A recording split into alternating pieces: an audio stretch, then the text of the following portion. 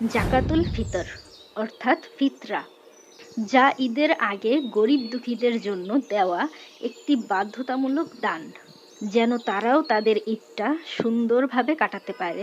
আমাদের প্রিয় নবী সাল্লাল্লাহু আলাইহি ওয়াসাল্লাম বলেছেন, ফিতরা হলো রোজাদারের অশুদ্ধতা দূর করার জন্য এবং গরিবদের খাবারের ব্যবস্থা করার জন্য। পবিত্র কুরআনে আল্লাহ তাআলা বলেছেন, নিশ্চয়ই সফল সে যে দান করে নিজেকে পবিত্র করে। অর্থাৎ ফিতরা দানের মাধ্যমে আল্লাহ তাআলার দয়ায় আপনার রোজার অশুদ্ধতা দূর হবে, ভুল ত্রুটি ক্ষমা হবে এবং নিজেকে পবিত্র করতে পারবেন। আর ঈদের নামাজের আগেই এই ফিতরা দেওয়া ওয়াজিব। এবার আসুন জানি কিভাবে আমরা এই ফিতরা হিসাব করব।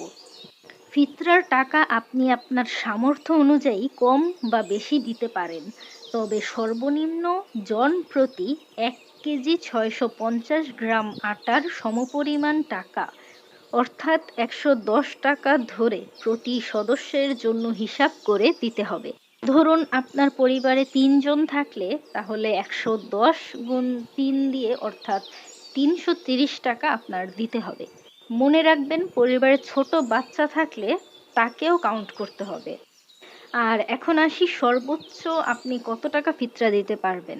সেক্ষেত্রে আপনি ভালো মানের খাদ্যদ্রব্য বা তার বাজার মূল্য সর্বোচ্চ 2805 টাকা পর্যন্ত হিসেব করে পরিবারের ছোট বড় সকল সদস্য মাথাপিছু হিসেব করে উত্তম ফিতরা দান করতে পারেন। তাই আসুন ঈদের আগেই আমরা ফিতরা দান করে ফেলি, এই ঈদে কেউ যেন ক্ষুধার্ত না থাকে।